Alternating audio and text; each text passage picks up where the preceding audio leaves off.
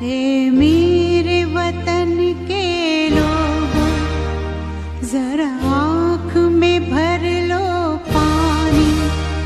जो शहीद हुए हैं उनकी जरा याद करो कुर्बानी। हे मेरे वतन के लोगों, जरा आँख में भर लो पानी। जो शहीद हुए हैं उनकी जरा याद करो कुर्बानी।